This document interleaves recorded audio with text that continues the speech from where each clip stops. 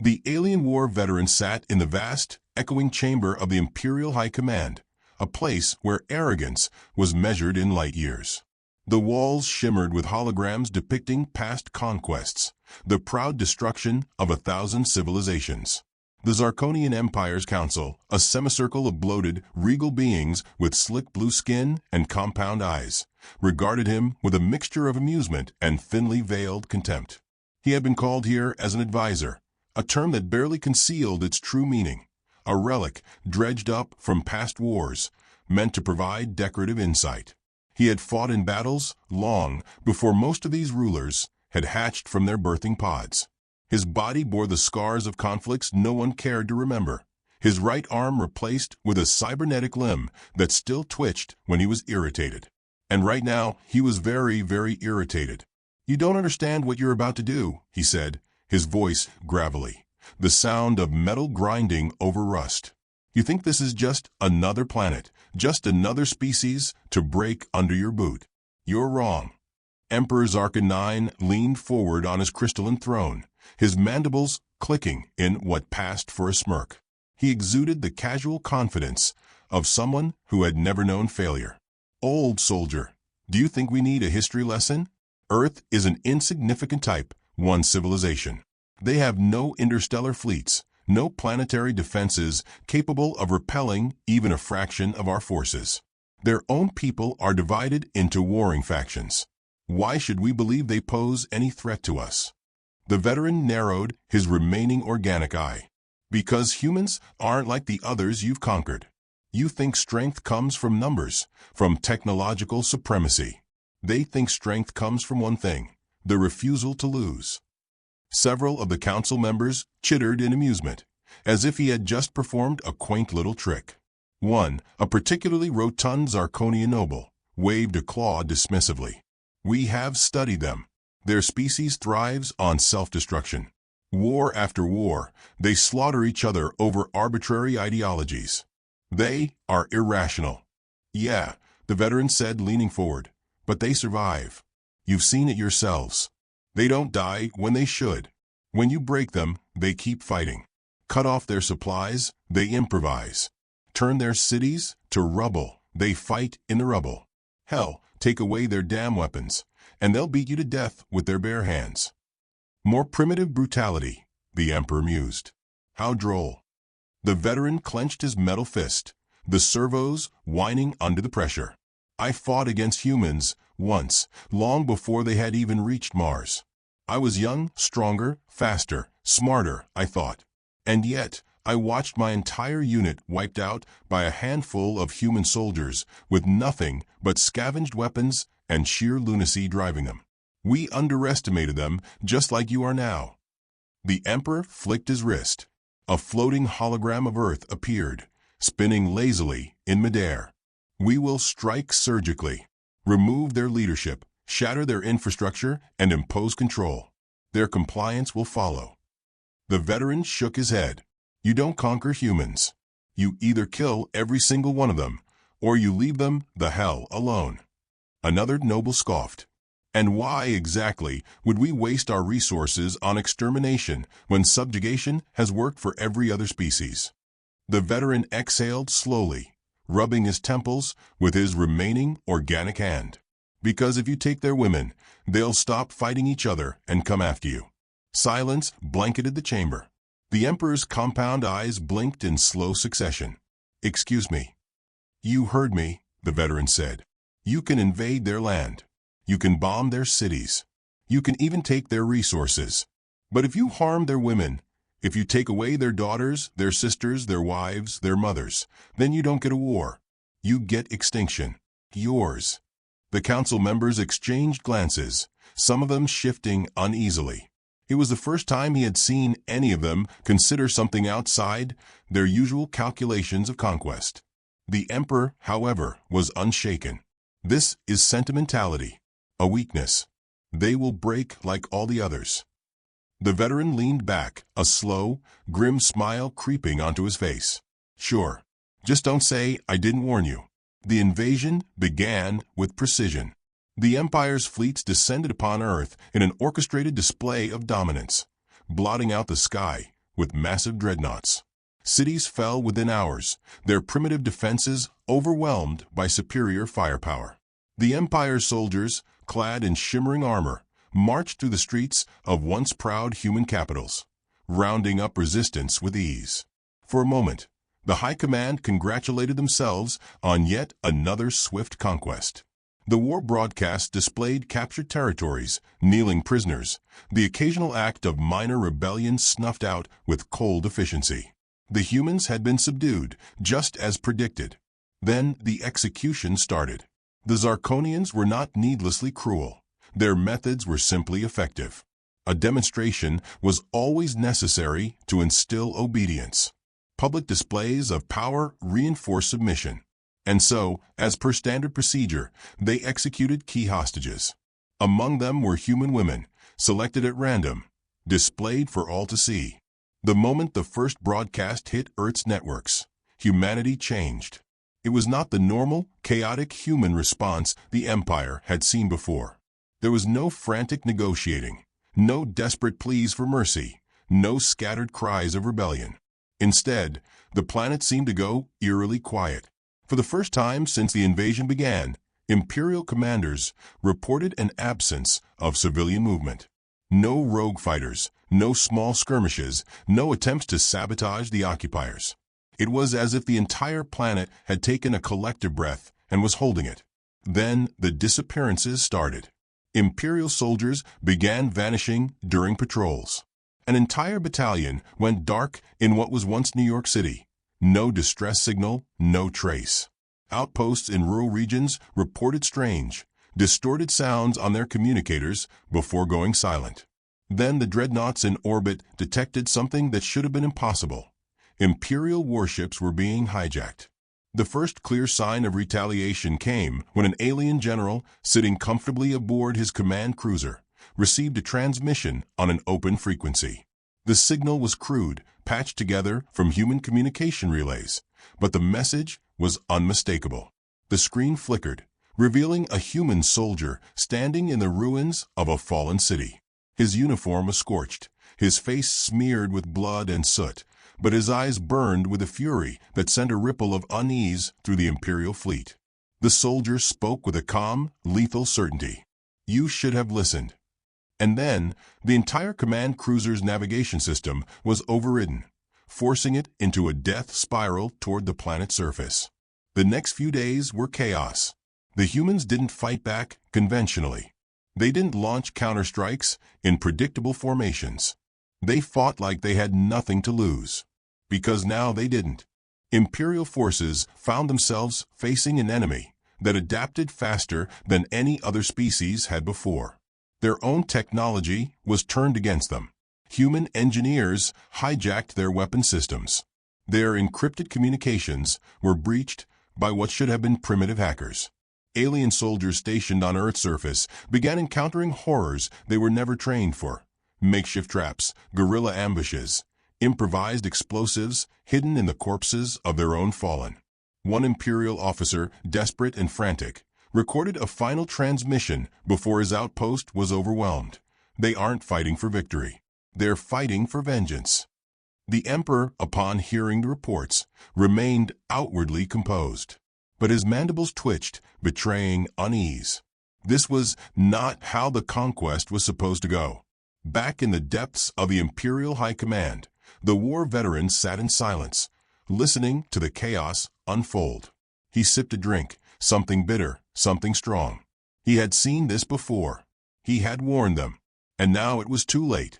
The Zarkonian Empire had spent millennia perfecting the art of war. Every engagement followed a pattern. A planet was scouted, its weaknesses catalogued, and its resistance surgically dismantled. The Empire's fleets were vast, their soldiers highly trained, their strategies honed by centuries of conquest. They had never lost a war, not once. And yet, as the weeks passed since the invasion of Earth, something unprecedented began to happen. Reports from the surface painted a picture that defied all known logic. The human resistance, which should have crumbled under the might of the Empire, had instead become something else, something terrifying. At first, the disturbances were minor. Patrol units in urban areas would fail to report back, their comms going silent without so much as a distress signal. Surveillance drones sent to investigate would transmit a few seconds of garbled footage, sometimes of empty streets, sometimes of flickering movement, before cutting out entirely. A transport convoy carrying supplies for the occupation forces disappeared in a region designated as low risk. No wreckage was found. Then the casualties began to mount. Entire garrisons were found slaughtered in the dead of night, their bodies left in grim, deliberate displays. Some had been stripped of their weapons, their armor taken, their helmets filled with human-made explosives that detonated when collected by the next patrol. Imperial soldiers, who had once marched through Earth's cities with an air of absolute dominance, now refused to go out in small numbers. Even the most seasoned among them began to flinch at the sound of the wind, dreading what might be lurking in the shadows. High command was baffled. The humans weren't fighting a war, they were orchestrating a massacre. The first major counterstrike came in orbit. The Imperial Dreadnought Primacy of Zarkon, one of the fleet's oldest and most prestigious vessels, detected an unauthorized intrusion into its internal network. The ship's AI immediately locked down all systems, identifying a cyber attack of unknown origin. The intrusion should have been impossible. Imperial security firewalls had never been breached. Yet somehow, the ship's systems flickered and failed. Communications scrambled by crude but effective human interference. The final message received before the ship's main reactors detonated was a simple, inexplicable phrase. "Have you tried turning it off and on again?" The explosion wiped out 3 surrounding warships and crippled the fleet's main supply line. When investigators examined the remains of the Dreadnought's core systems, they found an ancient human device crudely wired into the ship's mainframe, a battered Windows 95 laptop, somehow still functioning. From that moment, the war shifted. The humans had adapted in ways the Empire had never anticipated. They scavenged alien weaponry, reverse-engineered ships, repurposed captured technology into instruments of absolute chaos. Human scientists, given only weeks to study Zarkonian hardware, had devised ways to not only use it, but to improve upon it. Their weapons, once primitive by galactic standards, were now powered by energy cores that should have been decades beyond their reach. Their outdated digital systems, previously considered a weakness, had become a nightmarish advantage. The Zarkonians' sophisticated AI struggled against human-created viruses built with absurd simplicity, as though their very backwardness made them unpredictable. In one recorded incident, an Imperial general ordered a planetary defense shield reactivated over a captured human city. The controls failed. A screen flashed with a message in crude Zarkonian script, "Error 404. Your empire not found." Seconds later, the entire system was hijacked, the shield reversing polarity and trapping the Imperial forces inside as human artillery pounded them from beyond the perimeter. The retaliation spread like wildfire. Zarkonian supply routes collapsed as raiding parties, seemingly composed of ordinary human civilians, began hijacking cargo ships and repurposing them for their own war efforts. A fleet of what should have been non-threatening merchant vessels, retrofitted with stolen Imperial plasma cannons, launched a surprise attack on an armory world, reducing it to smoldering wreckage. The battlefields became unpredictable nightmares for the invaders. Human soldiers, wearing scavenged armor, used guerrilla tactics that defied conventional logic. They set traps disguised as broken-down vehicles, packed with enough explosive power to obliterate entire regiments. They built holographic decoys that led elite Zarkonian strike teams straight into ambushes. Even in one-on-one combat, the humans were proving impossible to suppress. Zarkonian warriors were genetically engineered for strength, speed, and endurance. A standard human should have been physically inferior. But the problem wasn't their bodies, it was their mentality. A single recorded instance from a downed Imperial officer's body cam provided insight into the madness. A Zarkonian commando engaged a lone human in close-quarters combat. The human, badly injured, should have surrendered or attempted to flee. Instead, he grinned through bloodied teeth and muttered something unintelligible before lunging forward with a knife. The officer barely managed to kill him. Upon later investigation, the recording was translated. The human's last words had been, "If I go, I'm taking your ugly ass with me." The Empire had made the mistake of assuming humanity feared death. They did not. They weaponized it. The Resistance had no central command structure, no obvious weak point to target. It was a decentralized network of fighters, engineers, and hackers operating with brutal efficiency. Some of them were soldiers by training, but others were ordinary civilians who had been pushed beyond their limits. A retired schoolteacher personally designed EMP mines using scraps from downed alien drones. A group of rural farmers rigged a stolen Imperial Walker to function as a beer-powered death machine, a crude but terrifyingly effective war mech fueled by bioethanol distillate. But it wasn't just the technology. It was the mindset.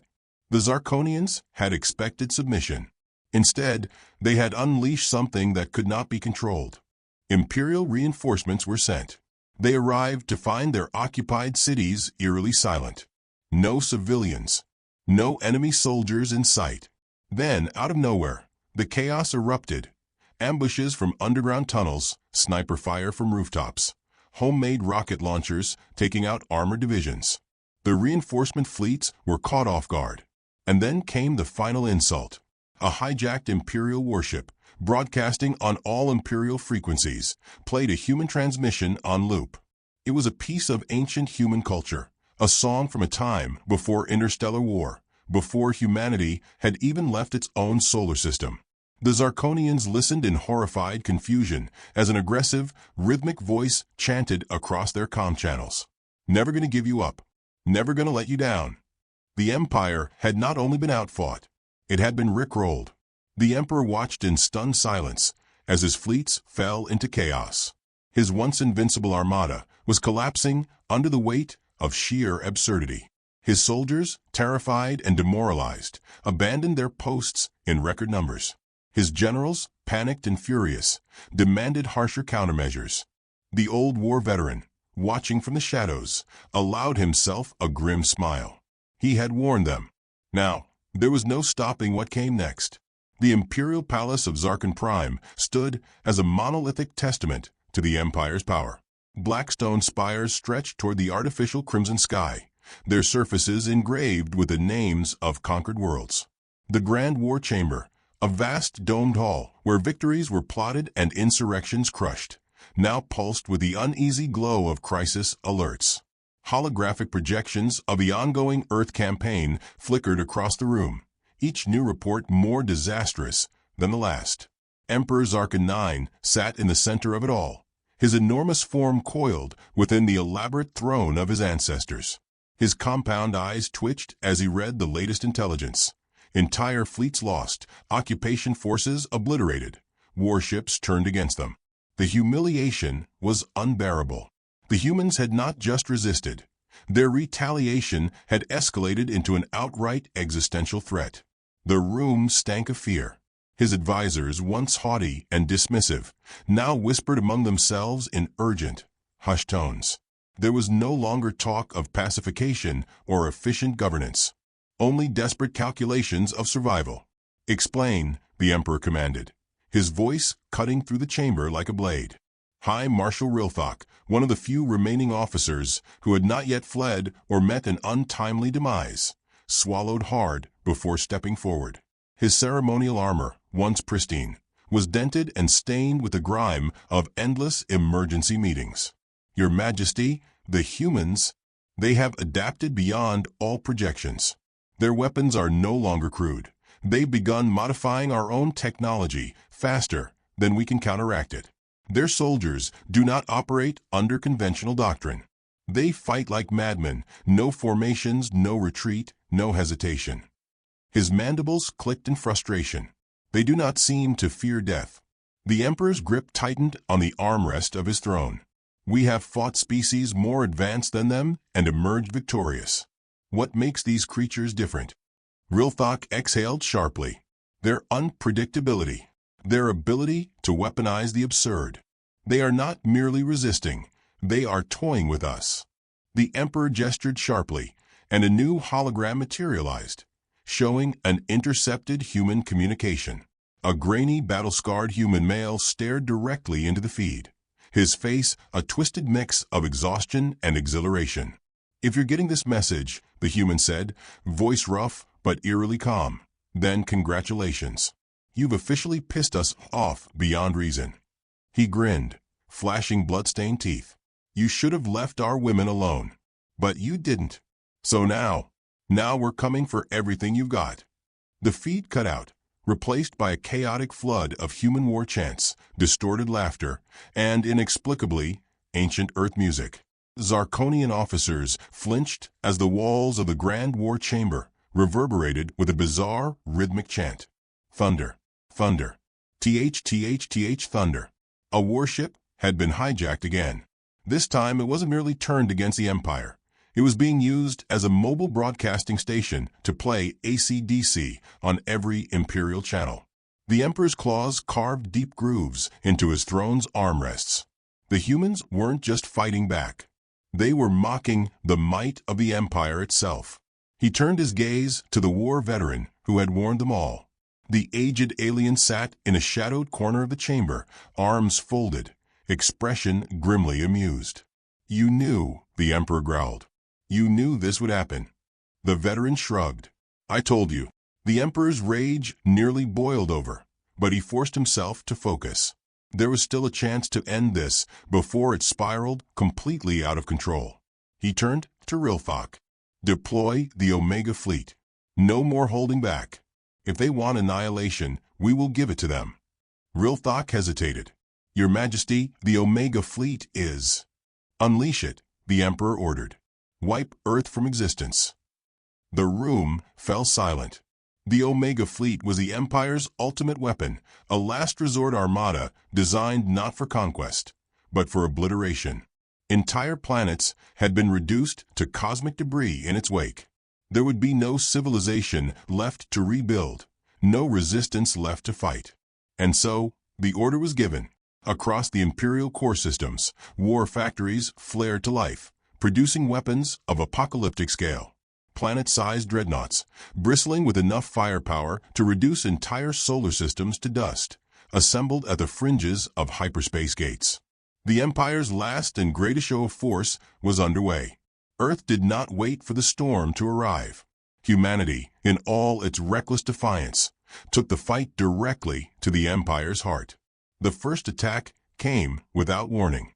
A human task force, composed of stolen Imperial vessels, retrofitted freighters, and what could only be described as a weaponized space station repurposed from an old NASA research facility, emerged from hyperspace over the planet Zarlan V, an Imperial stronghold.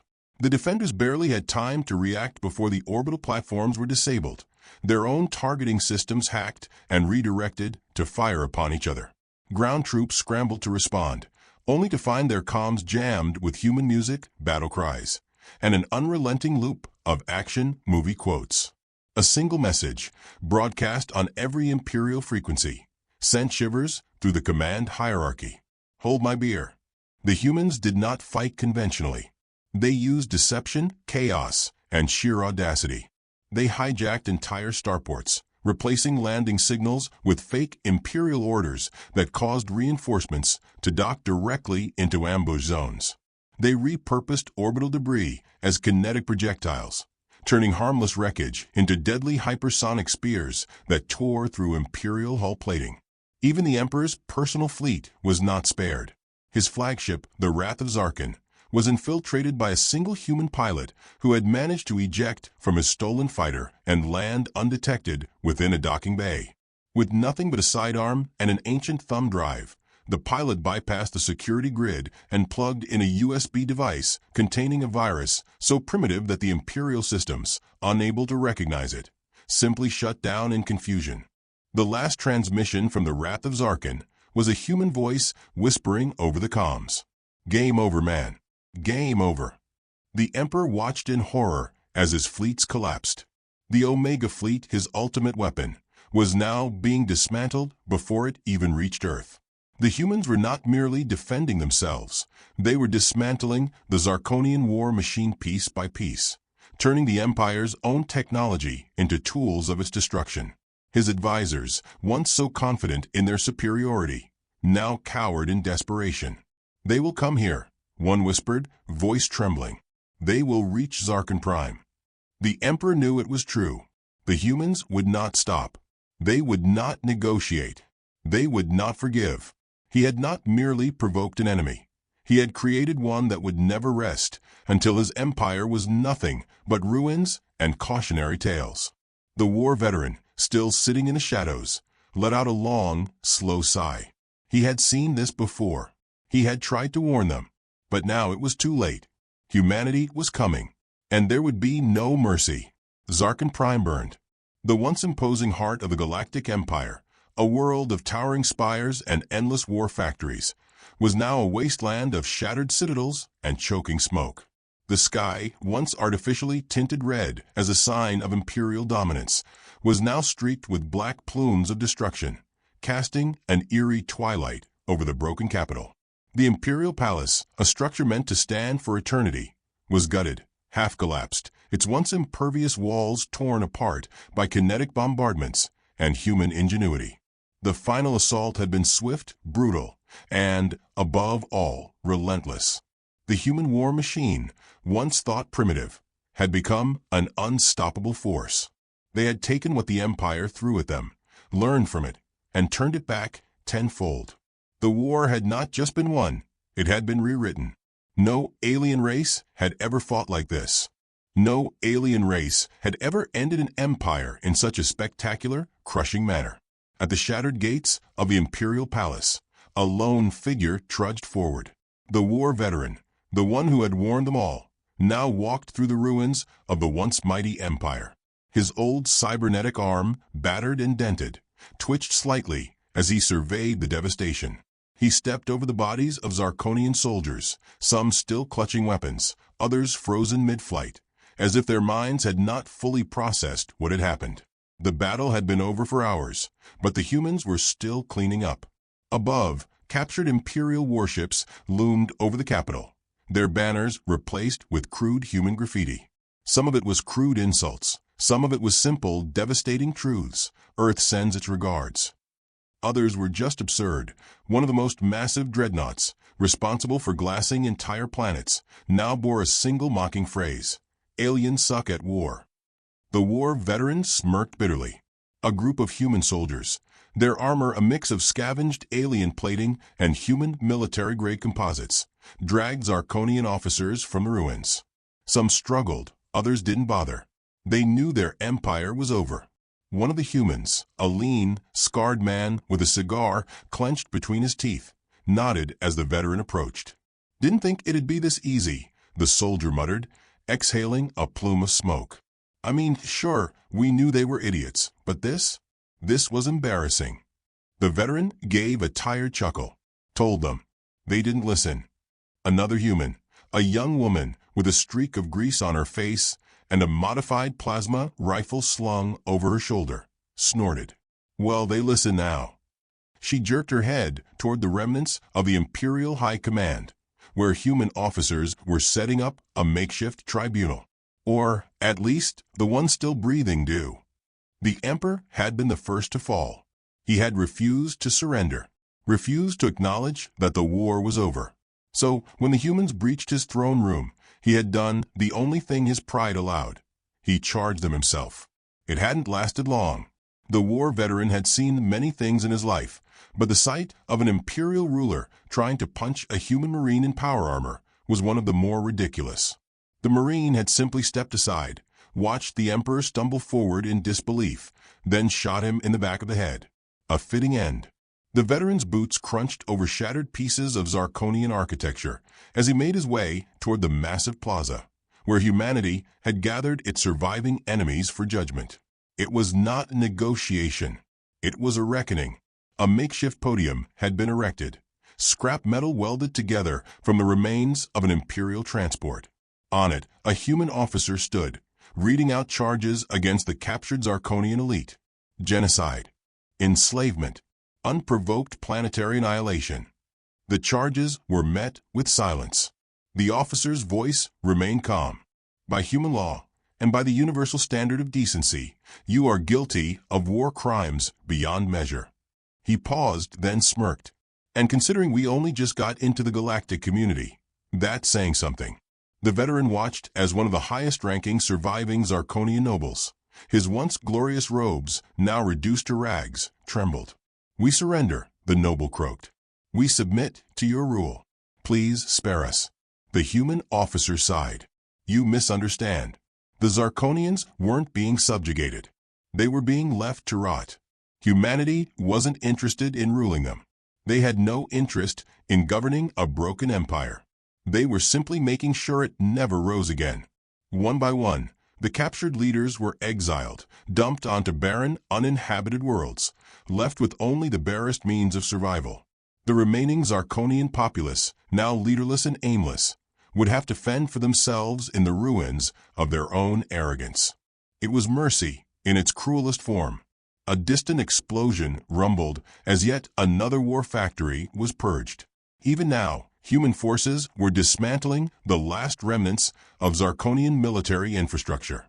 The galaxy had changed forever, and there was no going back.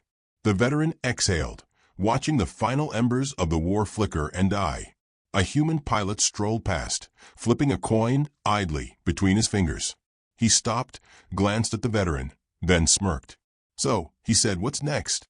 The veteran tilted his head, considering the question. Humanity had gone from a conquered world to the dominant power in the galaxy in record time. The war had forged them into something unstoppable. There was no enemy left to fight. For the first time in history, humanity stood at the top of the food chain. The pilot flipped the coin one last time, then caught it with a grin. "Guess we'll see."